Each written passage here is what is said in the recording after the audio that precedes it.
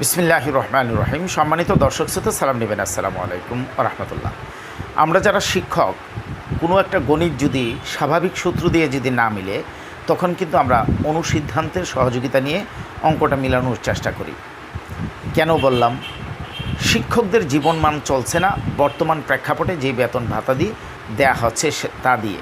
তাই যা রাষ্ট্রের কর্তা ব্যক্তিদের উদ্ঘাটন করে নিরসন করার কথা ছিল, তারা তো তা করেই না। ফলে দেখা যায় যে আমরাই তাদের কানে গিয়ে তুলে ধরি যে 1000 টাকা বাড়ি ভাড়া কোথাও নাই, 1000 টাকা বাড়ি ভাড়ার পরিবর্তন দরকার। 12,500 টাকা দিয়ে বর্তমান প্রেক্ষাপটে 4 বা 6 সদস্যের সংসার পরিচালনা করা সম্ভব না, তা পরিবর্তন করা দরকার। তারপর কর্মচারীরা 8,250 টাকা দিয়ে সংসার চালাতে পারে না, 9,300 টাকা দিয়ে তারা সংসার পরিচালনা করতে পারে না। এইগুলোর পরিবর্তন দরকার। তারা কথাগুলো শুনে এবং তারা বলে যে দেখেন, আমাদের তো সেই মোতাবেক বরাদ্দ দেওয়া হয় না।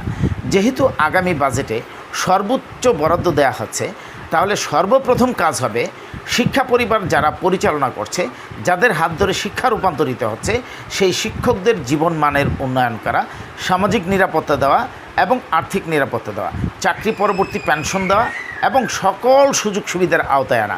স্বাধীনতার 54 বছর পরে এসেও আমরা বৈষম্য মেনে নিতে পারি না।